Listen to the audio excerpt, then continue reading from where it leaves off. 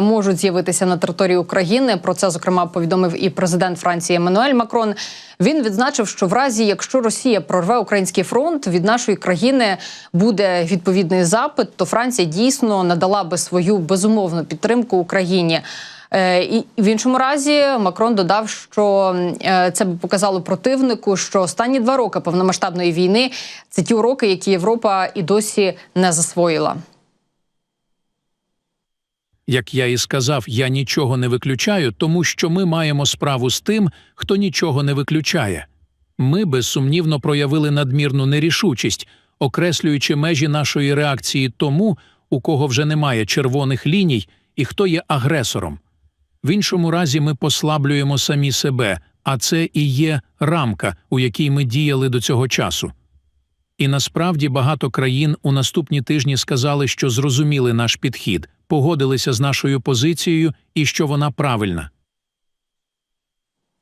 Ну, дійсно, бачимо зараз, що Еммануель Макрон займає таку досить чітку проукраїнську позицію. Вона в нього завжди була така, проте зараз вона досить рішуча. І зазначається також, що президент Франції Еммануель Макрон і канцлер Німеччини Олаф Шольц зустрінуться із Сі Цзіньпінем.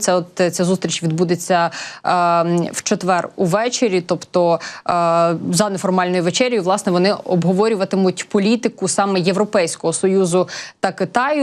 На цьому наголошує, власне, видання «Політіко». Ну і дійсно на цю зустріч дуже багато покладає сам Макрон. Ми результати дізнаємося вже зовсім скоро, тому що Макрон сподівається все ж таки на фоні заяв Блінкена, на фоні досить різких заяв Держдепартаменту Сполучених Штатів, що дійсно Китай має визначитися із своєю позицією, перестати підтримувати Росію, зокрема і зброєю та боєприпасами.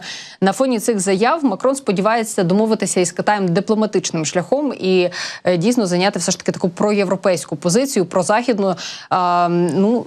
Макрон довгий час вів перемовини із Путіним. Навіть були, знаєте, такі жарти в сторону французького президента, що він там має якісь свої справи із Путіним. Проте дійсно Макрон намагався все ж таки домовитися дипломатичним шляхом. І зараз ось він покладає такі надії на Китай. Що з цього вийде, поговоримо просто зараз з Ігорем Рейтеровичем, політологом, долучається до нашого ефіру. Пане Ігоре, я вас вітаю.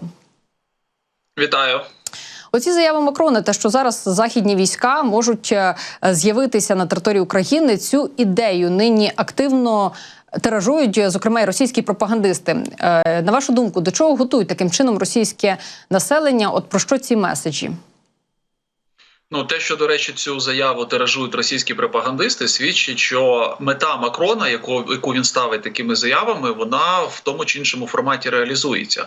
А я нагадаю, що Макрон казав, в тому числі і іншим європейським лідерам, що і Росію треба тримати в стані стратегічної невизначеності, щоб вони нервували, щоб вони істерили, щоб вони не знали, що насправді можна очікувати від західних країн, які допомагають Україні, щоб вони змушені були витрачати сили, ресурси, час на побудову якихось додаткових альтернативних сценаріїв, які, в принципі, вони могли би там використовувати для того, щоб реагувати на якісь там зміни в політиці західних країн по відношенню до російсько-української війни.